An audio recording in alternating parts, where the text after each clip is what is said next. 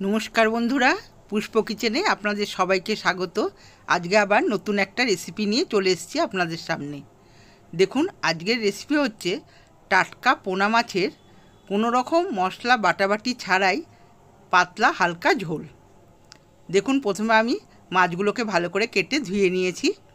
আমার সবকটাই গোটা গোটা পোনা মাছ আছে, আর একটা ছোট কাতলা মাছ ছিল, সেটাকে আমি 3 ভাগে ভাগ করে নিয়েছি।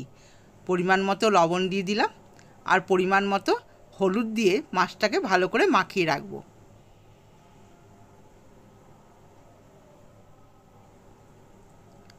ভালো করে মাখাতে হবে, সব জায়গায় লবণ হলুদটা যেন লাগে। এবার আমি কড়াইতে দিয়ে দিলাম সর্ষের তেল। একে একে মাছগুলোকে ছেড়ে দেবো।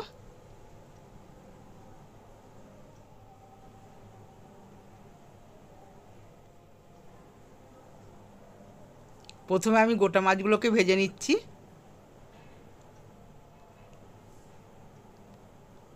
একদিকটা ভাজা হয়ে গেছে, উল্টে দিলাম। এবার দেখুন, 4টে মাছই আমার ভাজা হয়ে গেছে। এবার তুলে নেব। মাছটা একটু ভালো করে ভাজতে হবে। এবার বাকি মাছগুলো আমি একে একে তেলেতে দিয়ে দেব।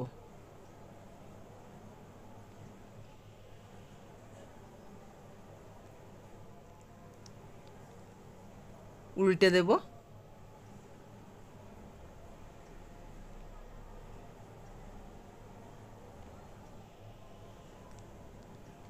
ভাজা হয়ে গেছে, এবার তুলে নিচ্ছি।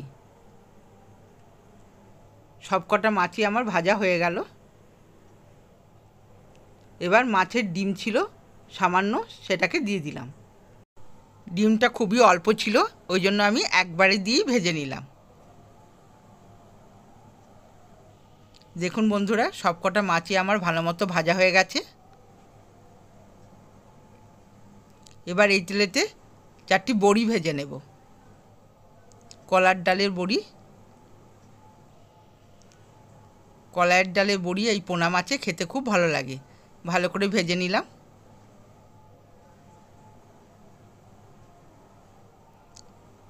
আর একটু তেলটা দিয়ে দিলাম, দিয়ে বেগুনগুলোকে আমি ভালো করে ভেজে নেব।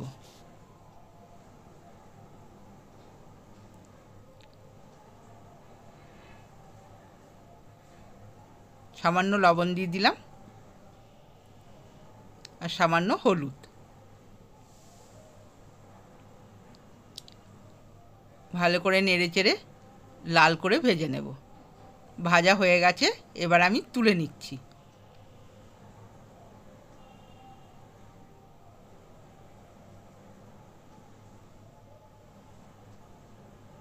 ওই তেলেতেই দিয়ে দিলাম 4টি কালো জিরে। এবার আলুগুলোকে দিয়ে ভেজে নেব। সবকটা আলু আমি তেলের মধ্যে দিয়ে দিলাম।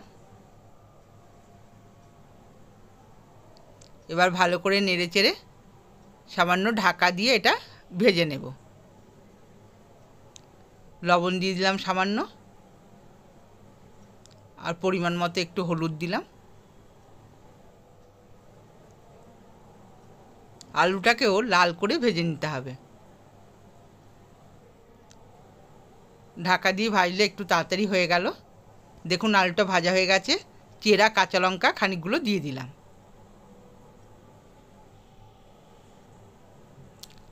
এক চামচ দিয়ে দিলাম জিরের গুঁড়ো।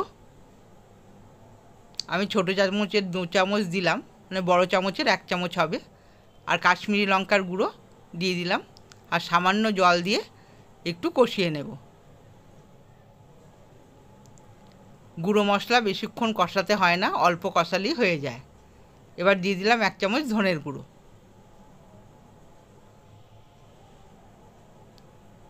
গরম জল করে রেখেছিলাম, পরিমাণ মতো গরম জল দিয়ে দেব।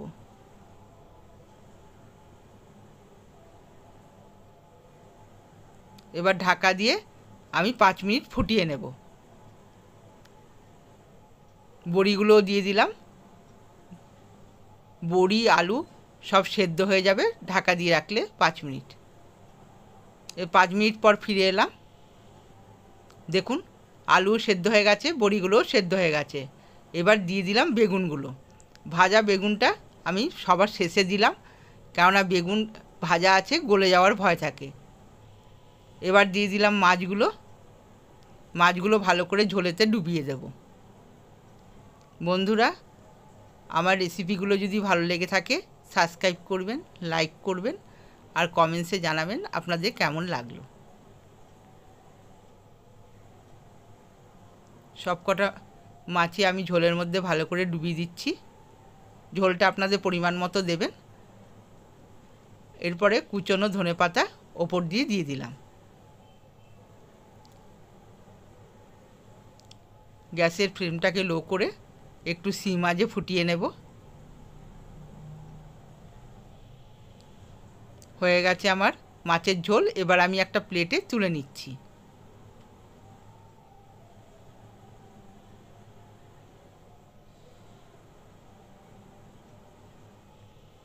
দেখুন কত সুন্দর হয়েছে, আর খেতেও তেমন টেস্ট হবে। আপনারা বাড়িতে ট্রাই করে দেখবেন। অল্প মশলা দিয়ে এর স্বাদ খুব সুন্দর হয়, খেতেও খুব টেস্টি হয়। আজকের মতো ভিডিওটা শেষ করলাম। ধন্যবাদ।